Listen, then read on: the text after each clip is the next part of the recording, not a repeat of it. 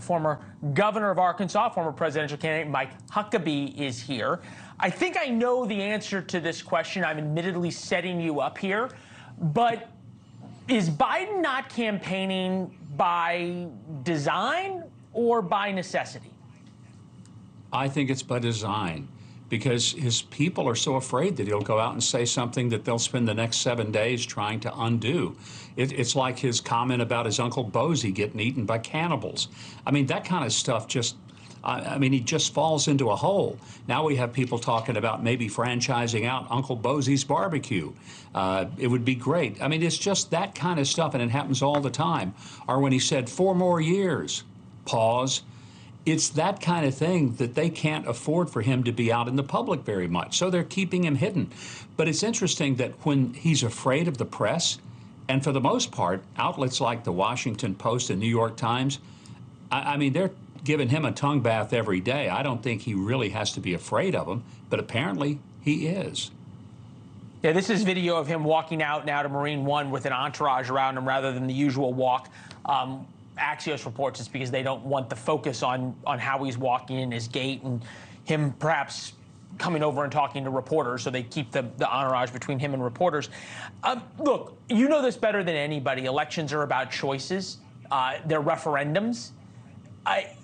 The last referendum on Donald Trump lost, right, in 2020. If by keeping Joe Biden out of the public eye and allowing Trump to be Trump, doesn't this become a referendum once again on Donald Trump that Joe Biden has a good chance at winning? Well, here's the chance, though, that the Bidens are taking. I think it's a huge mistake. This gives people an opportunity to hear Donald Trump talk about the economy when he was president, what gas prices were, what it cost to buy a house, what the interest rates were. There are a whole lot of things Donald Trump can talk about that sound pretty doggone good compared to the last 3 years of Joe Biden. So if that's what the Biden strategy is, it's a really dumb strategy. But what else have they got? They can't go out and say, we have a phenomenal record, even though they continue to say it. But the American people sitting around their kitchen table at night look at each other, scratch their heads and say, in what world is he living in? Certainly not ours. That's not a good place for a president to be running for re-election. Fair point. If and only if Donald Trump would only talk about the economy and gas prices and interest rates and what the world looked like in terms of no war in Ukraine and no war in the Middle East. Instead, we've put together a clip of some of his other things over the past few weeks. Take a listen. Now, if I don't get elected, it's going to be a bloodbath for the whole. That's going to be the least of it. It's going to be a bloodbath for the country. Then I got indicted a second time and a third time and a fourth time.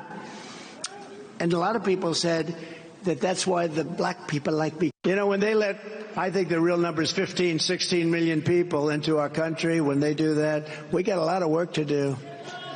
They're poisoning the blood of our country. Again, if only it was the 90% on script part.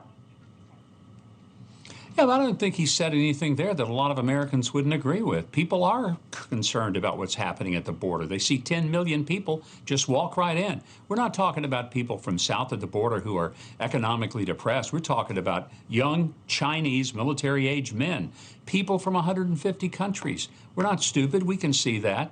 And we can see that there's no attempt whatsoever to control that border. So I don't think that some of the things that he's saying does anything but resonate with Americans who are fed up with a country that seems out of control. You know, Leland, you hear this term a lot, the right side of history. I think for a lot of Americans, people are talking about the right side of sanity.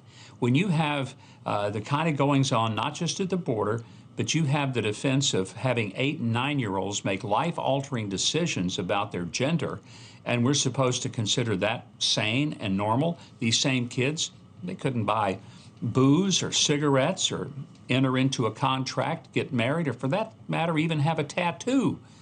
But they can have genital mutilation. People look at that and say, it's the wrong side of sanity. Thanks for watching. Go to joinnn.com to find NewsNation on your television provider. And don't forget to click the red subscribe button below to get more of NewsNation's fact-driven, unbiased coverage.